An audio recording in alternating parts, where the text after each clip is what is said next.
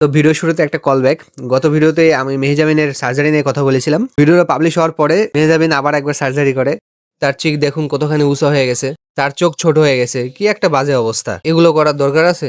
আপনারা নতুন হলে বলে রাখি, নতুন হওয়ারই কথা, কারণ চ্যানেলটাই ছোট। এর আগে সার্জারির উপরে 2টি ভিডিও তৈরি করা হয়েছে, দেখতে চাইলে আমি ডিসক্রিপশন বক্সে লিংক দিয়ে রাখবো, চাইলে সেটা চেক আউট করতে পারেন, অথবা এখন থেকে 4 থেকে 5 সেকেন্ড পর আই বাটন আসবে, সেই আই বাটনে ক্লিক করে দেখে নিতে পারেন। তো আজকে এই ভিডিওতে আরো কিছু বাংলাদেশি নায়ক নায়িকাদের নিয়ে কথা বলবো। অনেকে এই ভিডিওটা দেখে অবাক হতে চলেছেন, তো বেশি কথা না বাড়িয়ে চলুন শুরু করা যাক। অনন্ত জলিল, প্রথমে তার চুল নিয়ে শুরু করা যাক।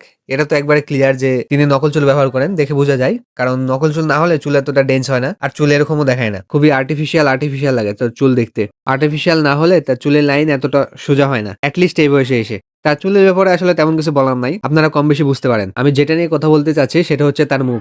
তার চেহারা আগে কিরকম ছিল আর এখন কিরকম হয়েছে। একে তো তার মুখ অনেক লম্বা মনে হচ্ছে, তার চোয়ালের দিকে খেয়াল করেন, সেটা কিন্তু আগের থেকে অনেক বেশি তীক্ষ্ণ দেখাচ্ছে। এটা আসলে সার্জারি ছাড়া সম্ভব না। শুধু এটা না, তার চিন, মুখের এই অংশকে চিন বলে, তিনি এখানেও ফিলার ব্যবহার করেছেন, যার কারণে তার মুখটা অনেকটা ভি শেপের মতো লাগে। তার সার্জারি দেখে আমার বলিউডের একটা ফেমাস প্রডিউসারের কথা মনে পড়ে যায়, সাজিদ নাদিয়াডওয়ালা। ওনার সার্জারি করার পর মুখ এখান থেকে এখানে চলে গেছে। কেউ দেখলে বলতে পারবে দুটো আসলে সেম মানুষ? মানে কি পরিমাণ সুখী থাকতে ভূতে গিলালে মানুষ এইসব কাজ করে। আমার ছোট ছেলের নাম হচ্ছে আরিস। সরি, আমার ছোট ছেলের নাম আবরার। আরেকটা জিনিস, জলিল ভাই কিন্তু তার ভ্রুও ঠিক করেন। আগে তার ভ্রুটা একটু অন্যরকম ছিল।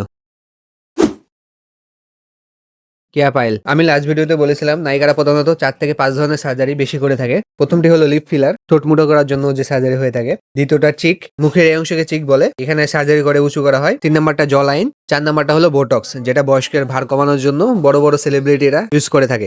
আর একটা জিনিস কমন, যেটা 100% নায়িকারা ইউজ করে, সেটা হচ্ছে স্কিন বুস্টার ইনজেকশন, স্কিনের গ্লো বাড়ানোর জন্য। যার কারণে দেখবেন প্রায় প্রত্যেক নায়িকার স্কিন একই রকমই লাগে। এর সাথে সাথে আরেকটি সার্জারি যেটি খুবই পপুলার কিন্তু গত ভিডিওতে বলা হয়নি, সেটা হচ্ছে চিন ফিলার। মুখের এই অংশটাকে চিন বলে, এখানে ফিলার ব্যবহার করে মুখটাকে একটু তীক্ষ্ণ করা হয়। এটা হচ্ছে কেয়া পায়েলের পূর্বের ছবি, এটা হচ্ছে কেয়া পায়েলের নতুন ছবি।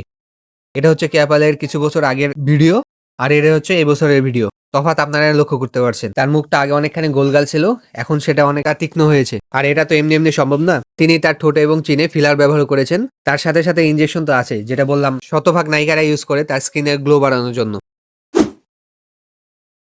আপনাদের একটা পিক দেখাই, ইনি কে বলেন তো? আমি তো প্রথমে দেখে চিনতেই পারিনি এটা সাবিলা নূর। আগে এবং পরে কতটা তফাৎ। আই থিঙ্ক তিনি নাকের কিছুটা কাজ করেছেন, হয়তোবা সেটা সেভাবে ভিজিবল না, বাট আমার মনে হচ্ছে তিনি সার্জারি করে নাকটা কিছুটা চেঞ্জ করেছেন। কিন্তু নাক বাদে যেগুলো ভিজিবল বোঝা যায় সরাসরি দেখে, সেটা হলো তার চোয়াল। তিনি তার চিন, ঠোঁট, চিকেও ফিলার ব্যবহার করেছেন। আপু এগুলারে ললিপপ দাও, আসলে মনে হচ্ছে ললিপপ দিতে হবে। নিউ খাঙ্কি অফ বিডি, ওয়াও। যে বলে সে হয়। আপনারা এই পিকটা দেখুন, একটু জুম করি তাহলে ভালো মতো বুঝতে পারবেন। এক একটা চেহারার অবস্থা দেখেন, সার্জারি করে কি করছে। এদের নায়িকা নায়িকা ফিল হয় বলেন তো? আর ওর থুতনির কি হয়েছে এই অবস্থাকে?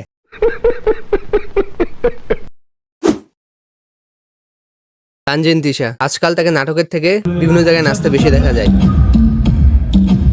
তার আগের ছবি এবং বর্তমান পিক দেখলে আপনি বেশ তফাৎ দেখতে পাবেন। তার ঠোঁট অনেকটা মোটা হয়েছে, নাক আগের থেকে কিছুটা চেঞ্জ করেছেন। আর আপনি যদি এখন তিশার রিসেন্ট ইনস্টাগ্রাম পোস্ট দেখেন, আপনি ধরতেই পারবেন না এটা আসলে তিশা নাকি অন্য একটা মেয়ে।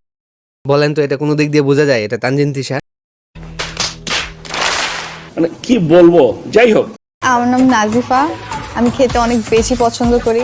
যারা তুষিকে চিনেন তারা তো জানেন তিনি সার্জারি করেছেন। তার চেহারা দেখলে বোঝা যায় এটা সার্জারি চেহারা, অত বেশি এক্সপ্লেন করার প্রয়োজন নেই। আমি যে 4 থেকে 5টা সার্জারি কথা বললাম, আমার মনে হয় তিনি সবগুলোই করিয়েছেন তার মুখে। তার চোয়াল আগের থেকে তীক্ষ্ণ দেখায়, চিক উঁচা উঁচা লাগে, ঠোঁটে ফিলার ব্যবহার করে ঠোঁটটা একটু মোটা করেছে, চিনে বা থুতনিতে ফিলার ব্যবহার করেছে, আর ইনজেকশন তো আছেই। মানে যেগুলো আমি বলেছি অলমোস্ট আমার মনে হয় সবগুলোই তার মুখে অ্যাপ্লাই করা শেষ।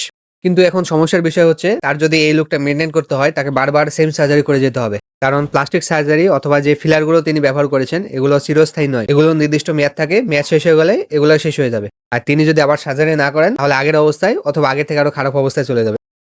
আর সবার শেষে কাজী মারুফের কথা বলে শেষ করতে চাই, তিনিও কিন্তু মাথায় নকল চুল ব্যবহার করেন। তিনি এখন না, বেশ আগে থেকেই 2010 সালের দিকে তখন থেকে মাথায় নকল চুল ব্যবহার করেন। সবার অঙ্ক মেলে, আমার অঙ্ক মেলে না। সেটাই তো কথা, এতদিন হয়ে গেল এখনো 1000 সাবস্ক্রাইব পূরণ হলো না, আমার এই অঙ্ক তো মিলে না। ভিডিওটা ভালো লাগলে চ্যানেলের অন্যান্য ভিডিও দেখতে পারেন। আর 2টা প্লাস্টিক সার্জারি ভিডিও হয়তো আপনাদের সামনে আসছে, চাইলে সেটা চেক আউট করতে পারেন। এতক্ষণ যদি ভিডিওটি দেখে থাকেন তার জন্য অনেক অনেক ধন্যবাদ।